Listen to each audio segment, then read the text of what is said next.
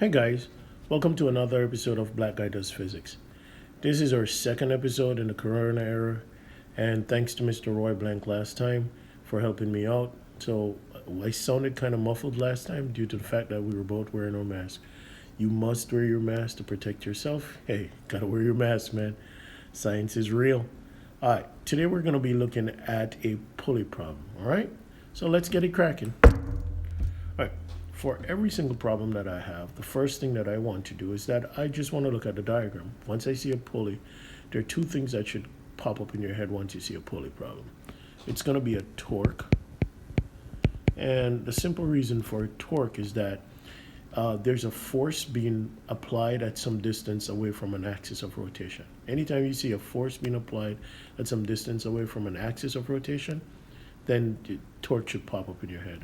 The other thing that pops up in my head automatically with torque and pulleys are forces. Why do I say forces? Because I see masses, and these masses, there are ropes attached to them. So if you have ropes, that's tension in the rope. That's a force being pulled on a mass, so it must be a force problem. Those are the two things that pops up in my head. And what do I know about forces and torques? What do I know about torque that is true? Very simple. The torque net should be equals to I alpha, and also maybe I should erase this, put that down a little bit, and that also you have that the torque itself should be equals to R F perpendicular or R perpendicular F. And then we go back to forces here. For forces, we all know what that one is. Classic F net is equals MA, baby. F net is equals MA. All right, so now I read the problem because I know that's where I'm going to have whatever they want to ask me, that's what I'm going to use. Oh, I forgot one thing. The relationship between these two is that the acceleration, ooh, that's a horrible color. Let's do another color here. Let's go with blue. The acceleration is equals to R times alpha. So that's the relationship between these two things. So whatever they're asking me, that's going to be my answer, right? So now I read that with machine, and I want to underline as I'm reading.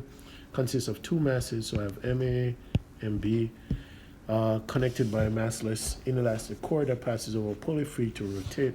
The pulley is a solid cylinder. So once you see a solid cylinder, you'd have to go to your tables, or you'd have to, it would be provided for you what the moment of inertia is.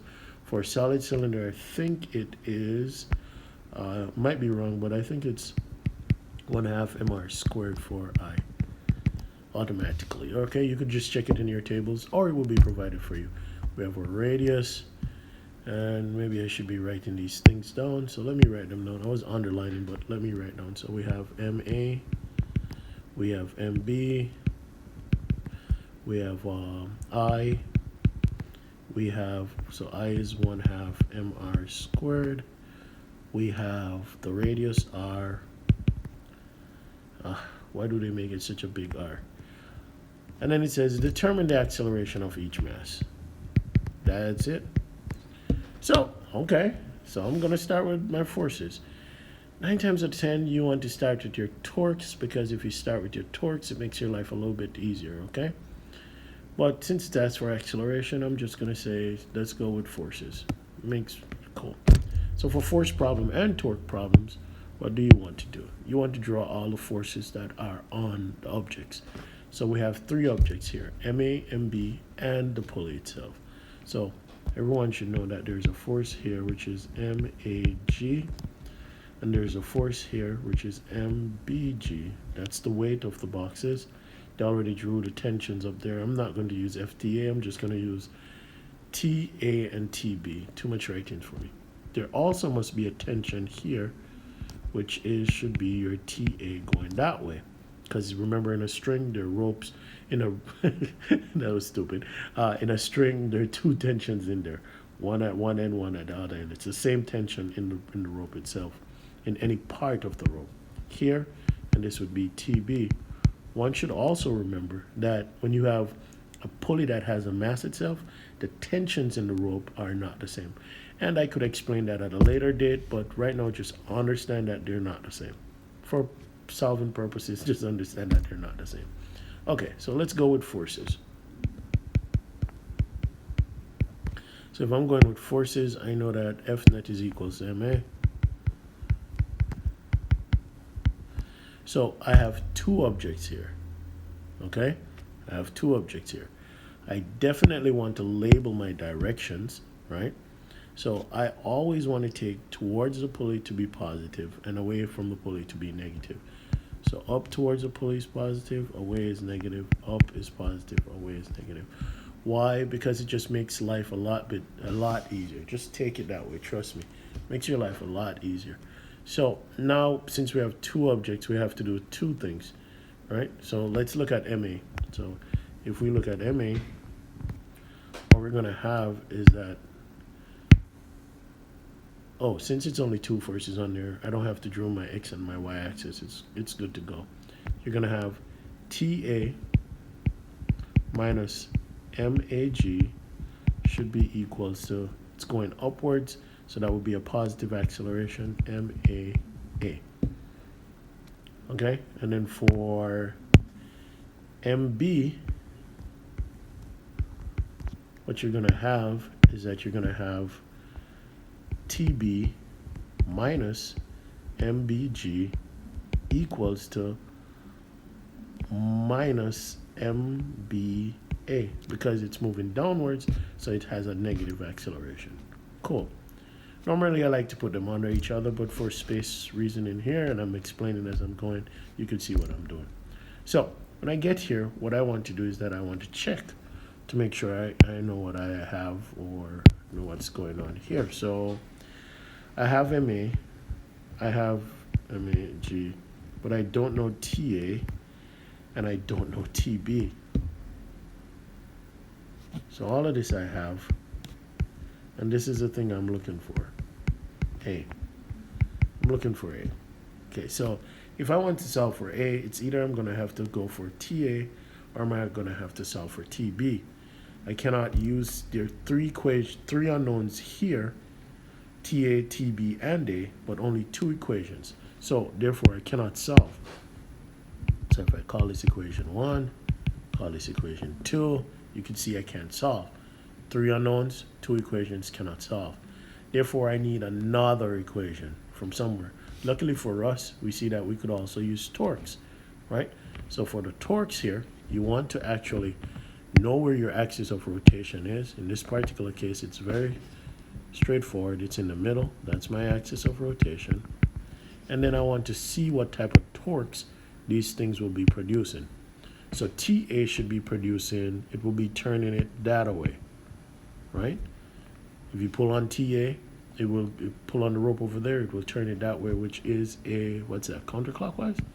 A counterclockwise, which we call to be positive, I think. And this one will be turning that way, which is a clockwise, which we're going to call to be negative.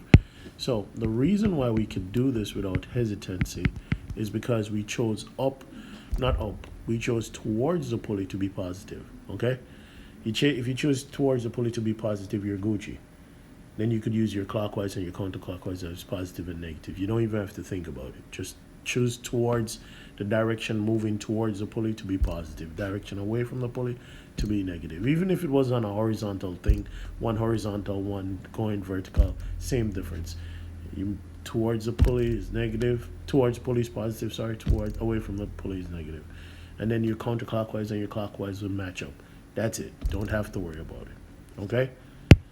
I like keeping things as simple as possible. I don't want my brain to do too much work. Neither should you. You should save your brain for the precious moments when crap really hits the fan, man. Alright, cool. So for torque, we know that the torque net should be equals to I alpha. So the problem here is I don't know alpha. I don't know alpha. Oh, let me undo that. Where's my green? One second. I don't know alpha here. I know I, and I don't know torque net. So let's set up torque net and all of that. Torque net is the sum of the torques, yeah. So whenever you have these strings or any force that is tangential to a pulley, the torque produced by it is just simply the force times the R. Once the force is tangential to the pulley, in the case of strings, that is true. The torque is just the force times the R. So what you have here is TA, and let me take a step, it will be the torque produced by TA plus, these are vectors, plus the torque produced by TB should be equals to I, which we know is 1/2 mr squared, and alpha, we already know that alpha, we could substitute alpha as R, what is it? A over R. A over R. Cool. Right? So we're substituting. Now, the torque, as I said before, it would just be TAR minus TBR equals to 1/2 mr squared over A over R. 8 over R, sorry, times A over R. Now you just cancel out some things. This R is going to cancel this. Then these R's are going to cancel out. Boom, boom. And what you have left is TA minus TB equals to, what's that? MA over 2. So this would be your third equation. So now you have a doozy right here because you have 3 equations, 3 unknowns. So how do you solve? Well, number one, it is solvable because it's 3 equations, 3 unknowns. As you can see, this is what we're looking for. This is an unknown. This is an unknown. So how do you solve? Well, you solve the same way how you'd solve 2 equations, 1 unknown. How you do it is that you solve for one thing. So in this case, I'll solve for TA. Let's solve for TA. And then once I solve for TA, then I'm going to substitute TA back into everything, if that makes sense. Okay? Or I could solve for TA anywhere that I want to solve it for. In equation 1, equation 3. And then I substitute wherever I see TA back into that one. So I'm going to do one of them. Oh, Lord, now I can't see. So let me see. Let's see if I could remember. So I'm going to write out all 3 equations and then see if we could do that. 3 equations, 3 unknowns. So it's TA minus MAG equals to MAA. So that's TA minus MAG equals to MAA. And I think it's TB minus MBG, sorry. I'm going from memory here. MBG is equals to minus MBA. And I think it was TA minus TB equals to MA over 2. Let's see if I'm clutch. Clutch, God. Let's go. Let's go. Okay. And this is 3, 1 equation, 2 equation, 3 equation. So I'm just going to solve one because I don't want this video to drag on forever and ever. So let's solve one of these. So I'm going to solve for TA. As a matter of fact, let me rearrange this one. Let me move this 2 from the bottom, and I'm going to rewrite it here. So that's 2TA minus 2TB equals to MA. So make it look a little bit prettier. Don't like things at the bottom. Okay, so what I'm going to do is that I'm going to solve for TA in equation 1.